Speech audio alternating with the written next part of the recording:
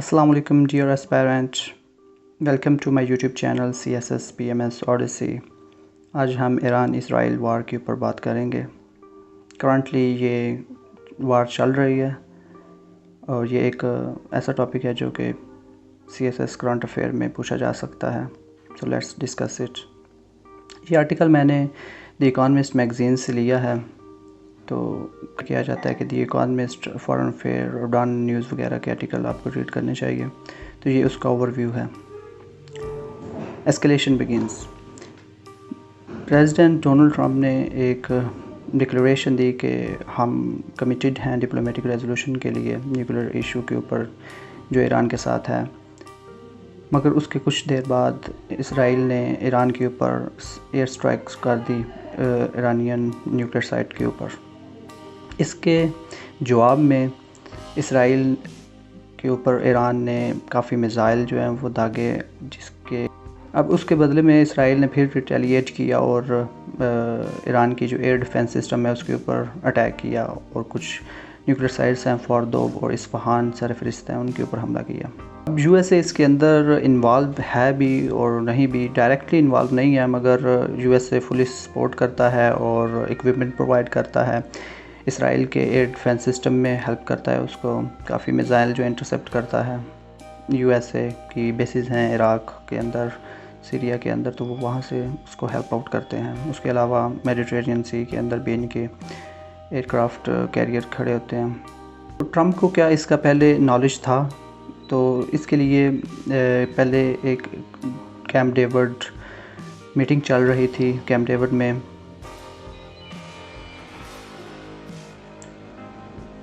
तो ट्रंप को क्या इसके बारे में पहले नॉलेज था? तो जी हाँ, कैंप डेविड में एक मीटिंग चल रही थी और उस दौरान PM नेतन्याहू उसके साथ डिस्कस कर रहे थे कि मैं अटैक करना चाहता हूँ ईरान के ऊपर। तो ये USA की एग्रीमेंट से ही हुआ है। USA के प्रेसिडेंट डोनाल्ड ट्रंप को ये बात मालूम थी। 8 जून को ये कैंप डेविड में डिस्कस हो रही थी बातें, और 12 जून को जो है वो इसराइल ने हमला कर दिया है उसके ईरान के ऊपर।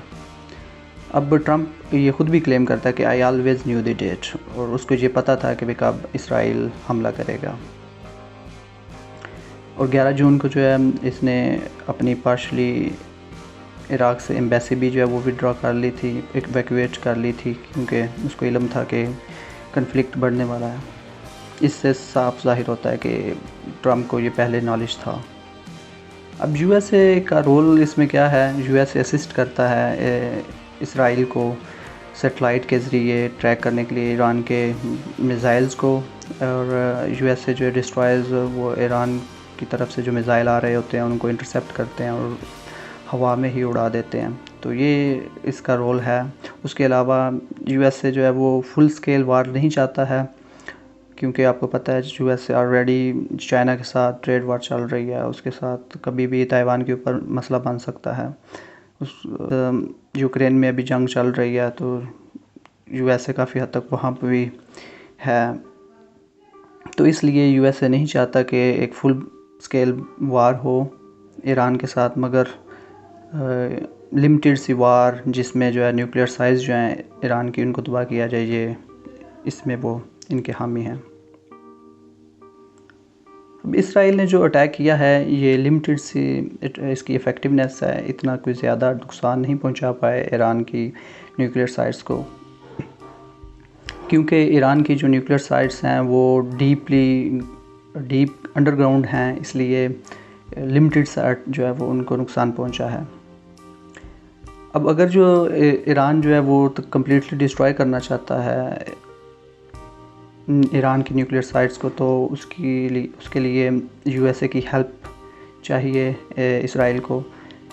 इसराइल जो है USA के पास 32 IBA बैंकर बस्टर हैं जो कि तबाह कर सकते हैं न्यूक्लियर साइट्स को। तो इसलिए इसराइल जो है वो चाहता है कि किसी न किसी तरह USA इसके अंदर इन्वॉल्व हो जाए, तो वो इस ईरान के न्यूक्लियर साइट्स को तबाह कर सकें। अब ईरान किस तरह रिटेलिएट कर सकता है? क्या उनके पास चॉइसेस हैं? तो वो डायरेक्टली USA को हिट कर सकते हैं इराक़ और सीरिया में, मगर ट्रंप ने कहा है कि वो अगर ईरान जो है वो हमला है इराक़ और सीरिया की बेसिस, यूएसए की बेसिस जो वहाँ पर है, तो उसके नताइज को बहुत हार्श होंगे।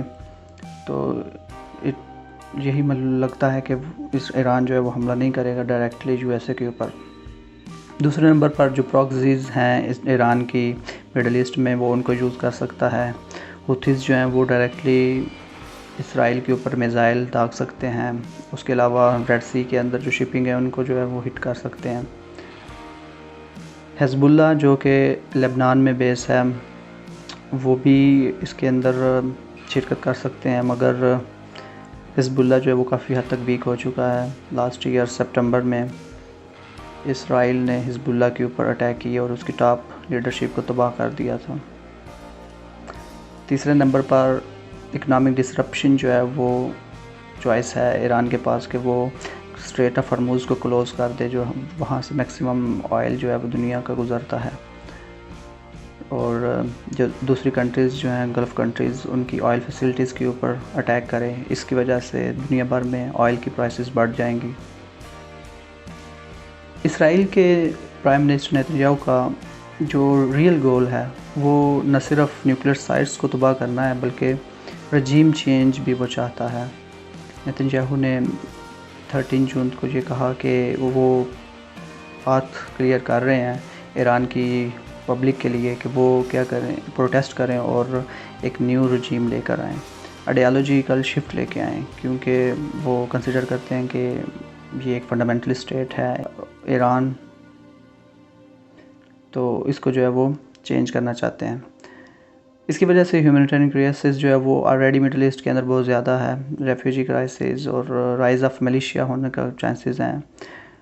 ऑलरेडी मिडल ईस्ट काफ़ी अनस्टेबल है। यूएसए को ये अफोर्ड नहीं करेगा कि वो ईरान जो है वो कोलैप्स कर जाए और इस मिडल ईस्ट के अंदर और मज़ीद इंस्टेबिलिटी हो। इस सीरिया, इराक़ जो है ये सब पहले ही ऑलरेडी बहुत ज़्यादा इंस्टेबल हैं। ट्रंप का रोल जो है वो भी बहुत एम्बिगुअस सा है। पहले इस मई के अंदर वो सऊदी अरेबिया और मिडल ईस्ट के काफ़ी कंट्रीज़ के इसने दौरे किए और उसमें इसने यही कहा कि अब मिडल ईस्ट का एक नया दौर आएगा, गोल्डन एज आएगी, जिसके अंदर कॉमर्स और ट्रेड को प्रमोट किया जाएगा और केओस जो है वो नहीं होगी। तो ये foreign policy change middle east के अंदर यूएसए की होने वाली थी, मगर अब कुछ रियलिटी कुछ और ही नज़र आती है, जिसमें यूएसए जो है वो फ्लर्ट कर रहा है वार के साथ। वो चाहता है कि अभी किसी न किसी तरह ईरान जो है उसको कोलैप्स किया जाए। अगर ट्रंप की सपोर्ट जो है वो यूएसए में देखी जाए तो जो उनकी मेन स्ट्रीम रिपब्लिकन पार्टी है वो फुल्ली सपोर्ट करती है इसराइल की जो अभी कैंपेन वो कर रहे हैं। और स्पीकर हैं एक माइक जॉनसन, वो कहते हैं कि Israel is right and has a right to defend itself.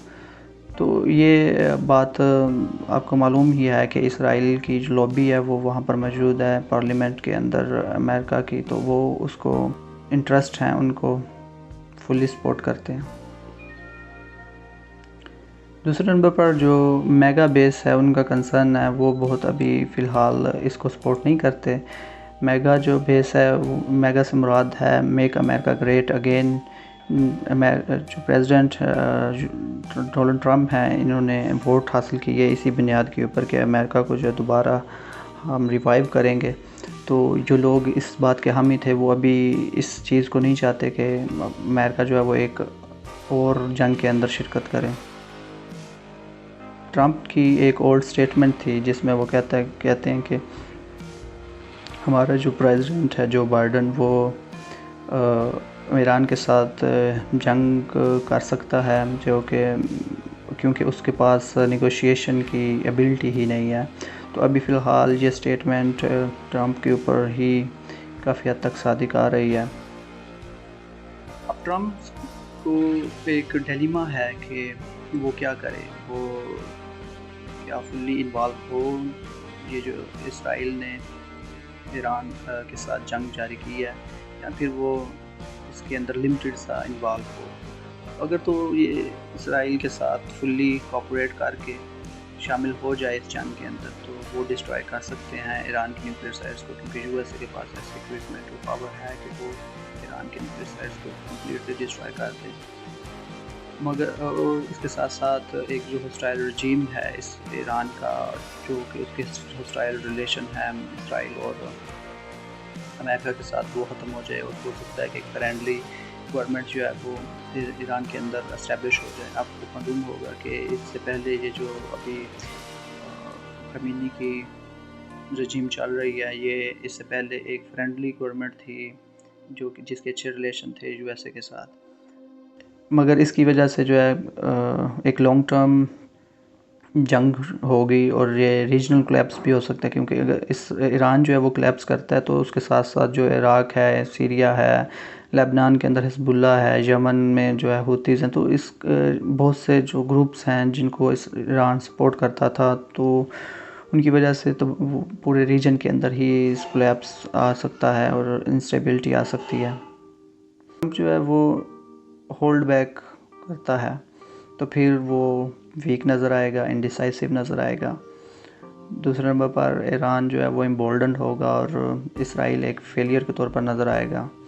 मगर इसकी वजह से एक डिप्लोमेटिक पोस्चर जो है वो प्रिजर्व होगा और एक नई जो जंग है वो जारी होने से पहले ख़त्म हो जाएगी। यूएसए के लिए स्ट्रेटजिक इम्प्लीकेशन क्या हैं? USA risk being entrapped in a war it didn't start. USA ने ये जंग जारी तो नहीं की, मगर शुरू दिन से ही ये इसराइल को सपोर्ट करते आ रहे हैं, तो ये शुरू से ही इन्वॉल्व हैं। Israel actions are calculated to force American involvement. तो ये बात सच है कि नेतन्याहू शुरू से ही अमेरिका को इस जंग के अंदर फुल्ली इन्वॉल्व करना चाहता है कि वो किसी न किसी तरह अमेरिका को इस जंग के अंदर इन्वॉल्व कर ले और अमेरिका जो है वो अपने फिर इक्विपमेंट यूज़ करते हुए ईरान की न्यूक्लियर साइट्स को तबाह कर दें। अब ईरान के पास ऑप्शन जो हैं वो यही हैं कि भाई वो यूएसए की बेसिस को जो है मिडल ईस्ट के अंदर उनको हिट करे, ऑयल रोड्स को हिट करे, या फिर जो उसके एलाइज़ जो हैं उनको हिट करें। आपको पता है मिडल ईस्ट के अंदर कतर, यूएई, सऊदी अरेबिया, ये सब एलाइज़ हैं यूएसए के।